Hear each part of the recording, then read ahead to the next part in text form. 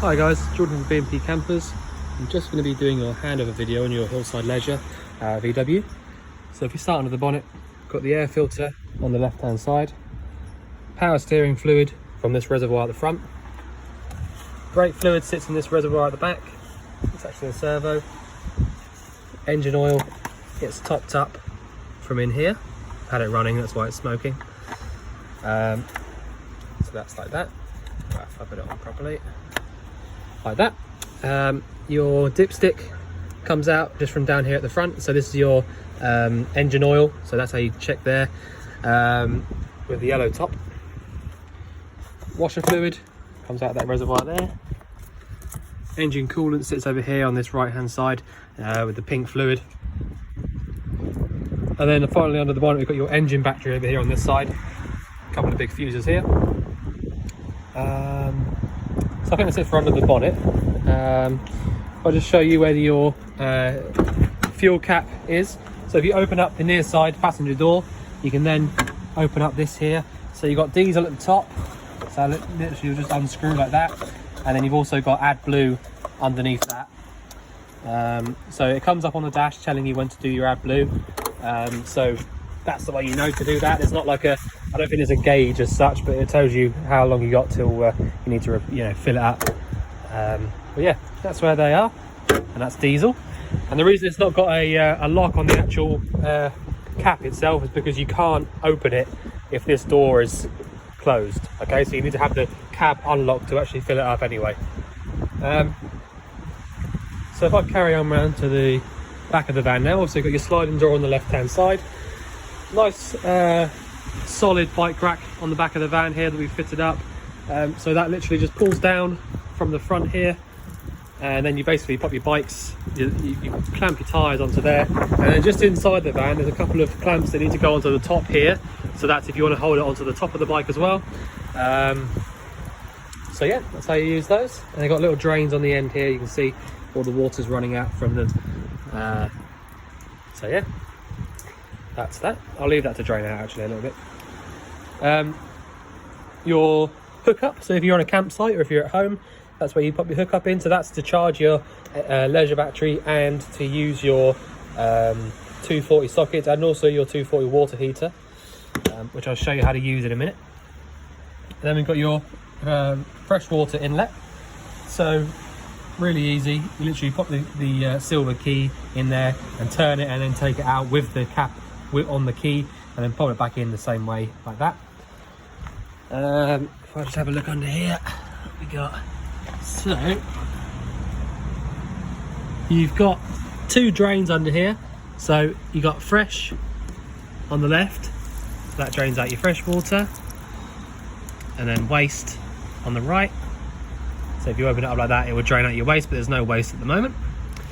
So that's that, nice and easy. And then this pipe down here is for your heater. So that's the basically just the exhaust for that, if you like. Alright, so in the cab we've got heated mirrors. So if you leave it up there, then you've got your heated mirrors on. This little L down here is for how you adjust your left hand mirror over to the right, how you adjust your right hand mirror. It uses basically as like a little joystick. You can lock and unlock the cab from inside. So if you're inside the van at night and you want to lock the van up without using the key, you can do so just there. And then you've got your electric windows on these, which you've got one of on the other side, on the passenger side as well. Your bonnet release is down here on the driver's side. So if you want to pop the bonnet, that's where you go. Lights, you've got just down here, so that's dip beam, and then normal beam. It comes up on the dash telling you that you've got your lights on if you've not got the ignition on. And then if you want to use your fog light, you can put it out like that. That's how you get your fog light. You can also adjust your headlights down here like this, but you can just leave that where it is really. So you've got on the right hand side here, you've got your washers and wipers, and you can go through here on the end and underneath as well, the little button to go through and sort of do a little settings on your actual dash here to tell you you know, mileage and things like that. Indicators and flash, you know, your blue flashlight there. That's how you use that. And then if you push forwards, that should leave your flash on as well. So yeah, 5-speed manual gearbox, where reverse is lift up and over to the top left. So that's how you get it into reverse. You got start, stop, and you can turn it off by this button here, which some people like to do. Hazards, there in the middle, flashes on the actual light itself. Rear heated window. This is your temperature for your fan, so your heater. So if you want it on cold, you can have it down there, or hot round to the right. Fan speed setting, and your actual fan setting itself, so where you want the air to be blown to. And this little button in the middle here is the recirculate button.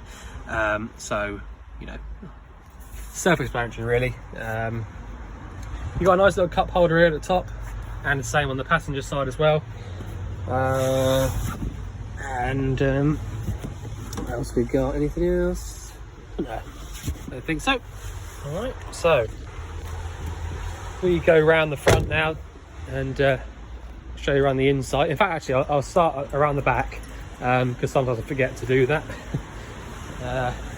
Probably the most important bits around the back, actually, to be honest. So we open this up. You do have to be careful now, by the way, because of the bike rack. There's much more weight on the back door, so sometimes it does sort of creep down like this. So just, you know, bear it in mind. I mean, it is staying still at the moment, but, you know, don't sort of sit under it. External water point here, bullfinch.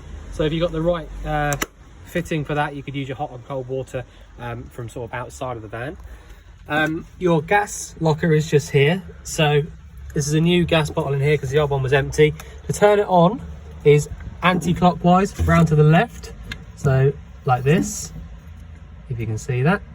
And if you remember to go all the way on until you can't go any further, when you come back to the gas, you won't be able to go the wrong way because it'll only go one way, which is round to the right, clockwise, for off. And so if I just leave that off for the minute, close that back up like so. Storage underneath the bed, and you've got your porta potty toilet in there. These are the little sort of handles I was talking about to go onto the bike rack. You've got a couple in there, so you can sort of pop them on and do as you wish with those. Your jack and wheel brace is just there in the back of the van as well, so if you need to jack the van up, then you can do so from there. Okay, so I'll just pop this boot down and show you around the inside. So it does still need to be cleaned on the inside, but that'll be done tomorrow morning. So, knives and forks in there. So in here is quite important. This little white box here is your RCD and MCBs. So basically the switch on the left hand side is a main RCD, just like your household one.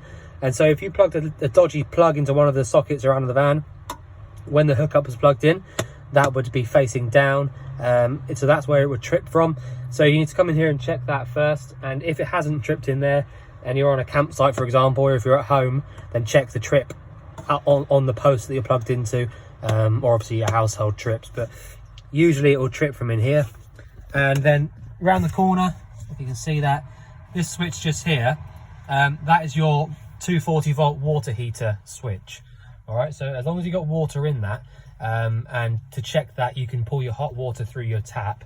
As long as you got water in there, you can turn that on and start to heat the water up, which I have made sure works on the heb sheet, and I've written down how many amps it pulls, etc. So if I just show you here now as well. So you've got a 2-burner hob. Both hobs are, or 2 burners are both on this ignition. So this is a piezo igniter. So if I push this, you can't actually see it on the camera, to be honest, but basically a little spark jumps from this to this, both exactly the same. I can see myself that they're both working perfectly.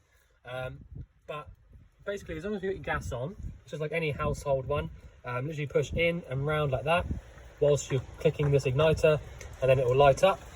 You have got a little thermocouple on the back of both of those, So basically what that means is, if you had the flame lit and somehow the flame got blown out, so if you had the window open or someone blew the flame out, for example, then basically what it means is the thermocouple will notice that there's no burnt gas coming through anymore, and then it would stop any unburnt gas from coming through and basically filling up the van with gas.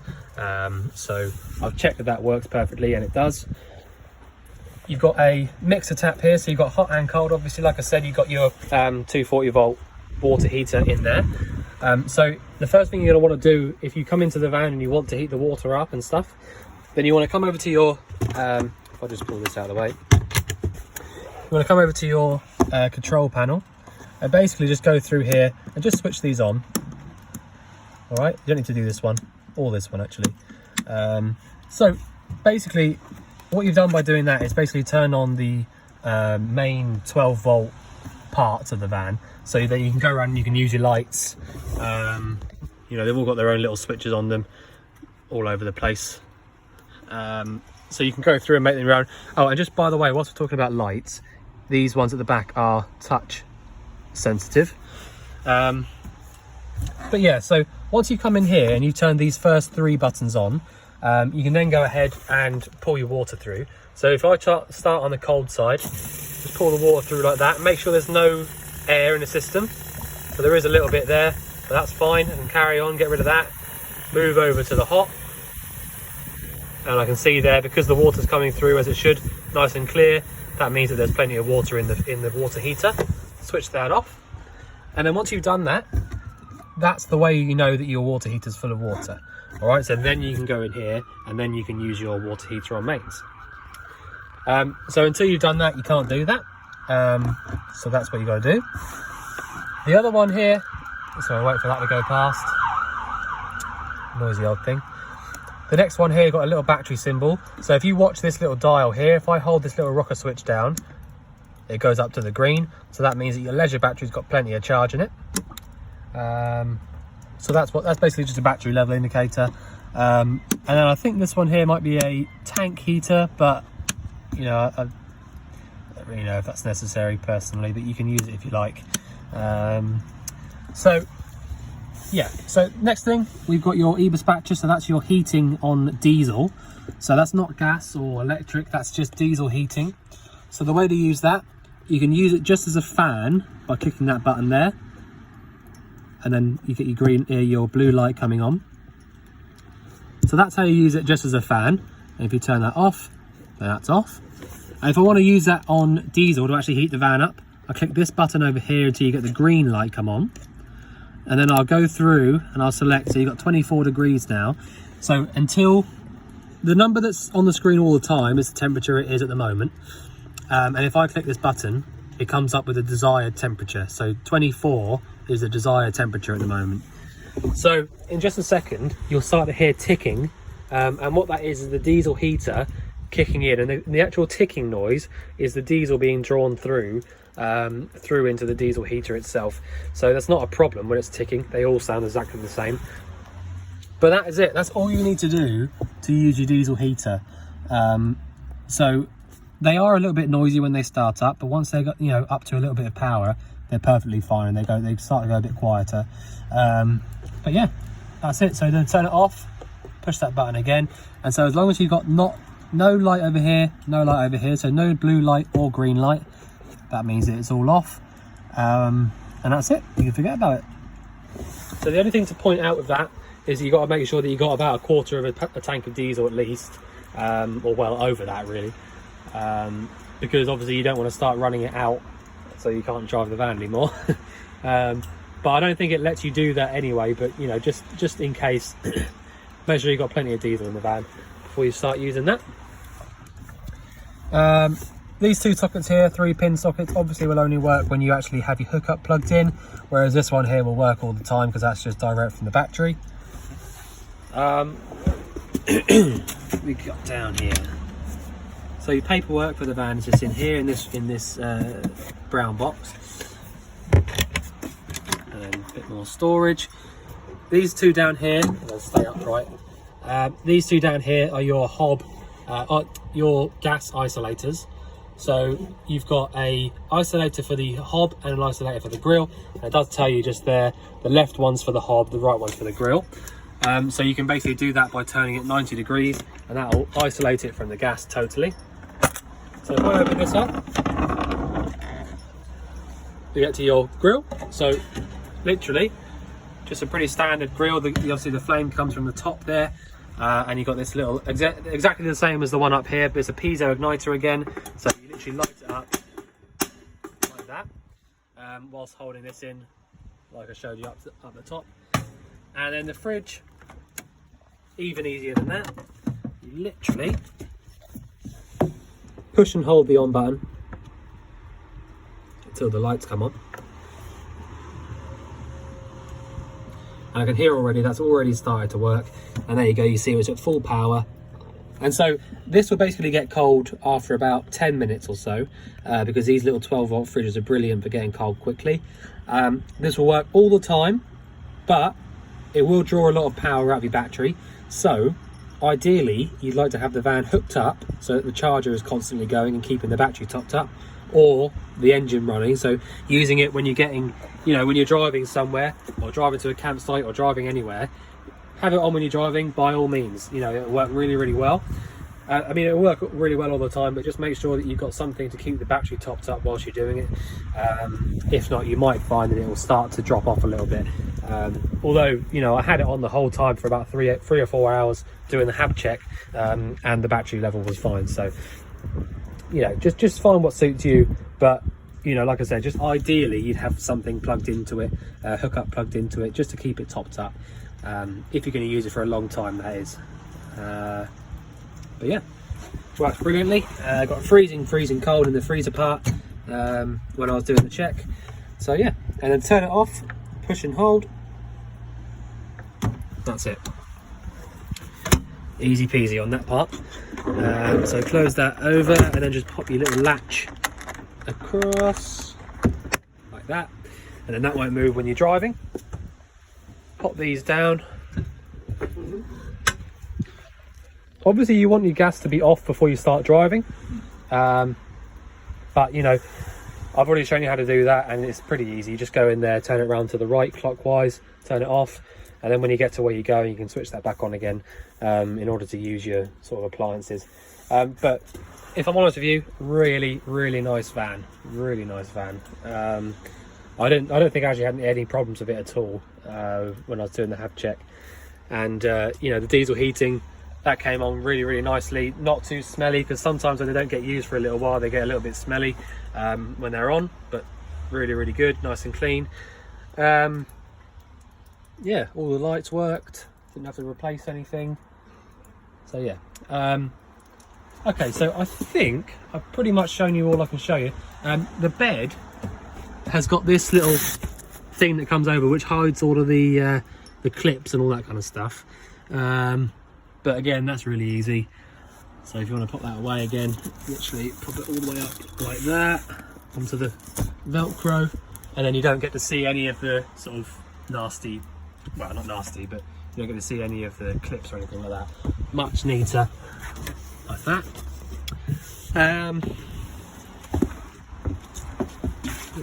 What else have we got? I don't know if there's anything else. Not sure what else I can show you. So, okay, so you're going to come and pick up the van tomorrow, as I think I was told earlier. We'll make sure it's all clean and tidied up before you turn up.